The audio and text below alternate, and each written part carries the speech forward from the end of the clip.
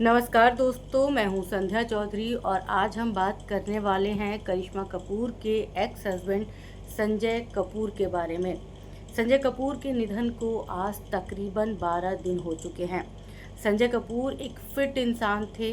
पोलो खेलने के दौरान मधुमक्खी गलती से निगल गए और उस मधुमक्खी ने उनके गले में डंक मार दिया, जिसकी वजह से संजय कपूर को हार्ट अटैक आया और उन्हें ग्राउंड पर एक तस्वीर आई थी।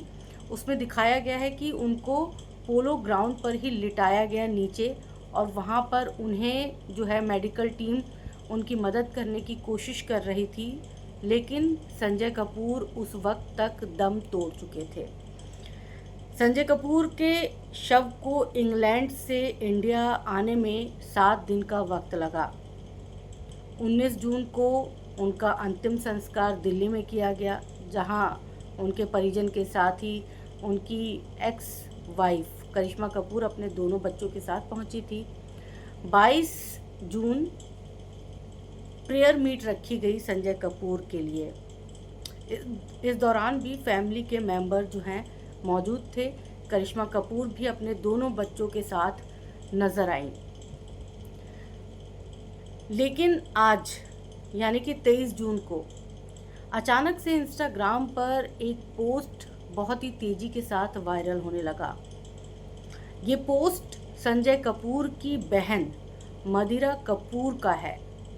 इस पोस्ट में जो बातें उन्होंने लिखी वो इंसान को तकलीफ़ तो दे रही हैं और उनके तकलीफ़ को भी हम समझ रहे हैं, लेकिन उन्होंने कुछ ऐसा भी लिखा जिसे सुनने के बाद बहुत सारे लोगों की आंखें खुल जाएंगी और लगेगा कि हमें वक्त रहते अपने रिश्तों को तवज्जो ज़रूर देना चाहिए।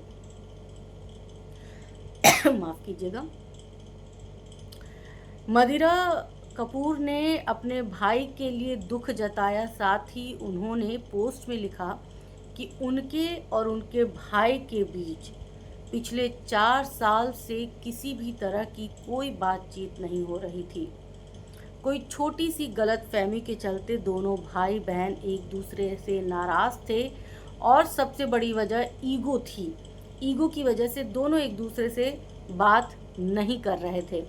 हालांकि मदिरा ने ये भी लिखा कि ऐसा नहीं था कि मैं अपने भाई से नफ़रत करती थी। मेरा भाई ये ज़रूर समझता था, जानता था कि मैं उससे कितना प्यार करती हूँ और करती थी, लेकिन ये बात मैं समय रहते अपने भाई को बता नहीं पाई।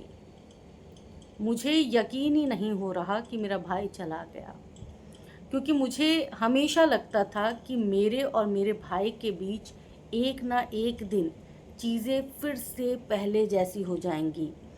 पहले जैसे हम दोनों एक साथ टाइम स्पेंड करेंगे, सिली जोक्स पर हंसेंगे और बहुत सारी गॉसिप करेंगे। मेरे दिमाग में हमेशा ये बात रही। लेकिन जब मैंने अपने भाई के निधन का सुना तो मेरे पैरों तले ज़मीन खिसक गई। मुझे लगा कि मैंने क्यों नहीं पहले ही अपनी नाराज़गी ख़त्म कर ली। क्यों नहीं मैंने अपने भाई को मना लिया। क्यों अब तक मैं नाराज़ थी। इसीलिए नाराज़ होना किसी से भी, किसी जिससे आप प्यार करते हैं, वो उतना ही रखिए जितना रख सकते हैं। नाराज़गी अगर लंबी खिंच जाए तो अफसोस होता है। ये पोस्ट यहाँ पर इस पोस्ट का ज़िक्र करना, इस पोस्ट को लेकर वीडियो बनाने का मकसद सिर्फ यही होता है कि कई बार हम किसी अपने से, जो हमारे बहुत ख़ास होते हैं, रिश्तेदार होते हैं, उनसे भी ऐसी नाराज़गियाँ पाल लेती हैं। और कई बार भाई बहन के बीच में, बाप बेटे के बीच में इस तरह की नाराज़गी हो जाती है। और ये बहुत ऐसा नहीं है कि बहुत अलग चीज़ है, ये रेयर चीज़ नहीं है। बहुत सारे परिवारों में ये चीज़ें होती हैं और हम अपने ईगो के चलते सामने वाले से बात नहीं करते। तो ये पोस्ट उन लोगों के लिए है जो रिश्तों से भारी ईगो को रखते हैं।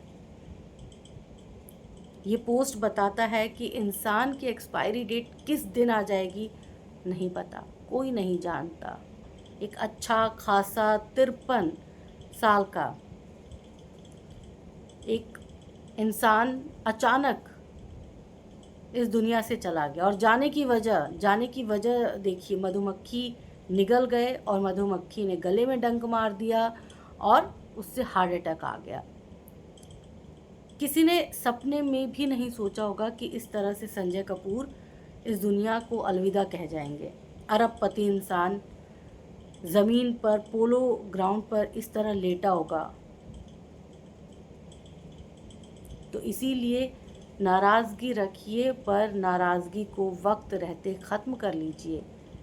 जिस तरह से आज मदिरा कपूर को इस बात का बहुत अफसोस हो रहा है कि काश ये पहले कर लिया होता, तो आप सबको भी जो नाराज़ रहते हैं अपने रिश्तों में, उनके लिए काश शब्द नहीं होना चाहिए। तो ये बहुत सारे लोगों को जो है वो कहीं ना कहीं समझ में आ गई होगी कि क्या पॉइंट मैं कहना चाहती थी। वैसे आप सब कमेंट करके ज़रूर बताइएगा कि भाई बहन की लड़ाई को ईगो की लड़ाई कौन बनाता है, और बनानी भी नहीं चाहिए।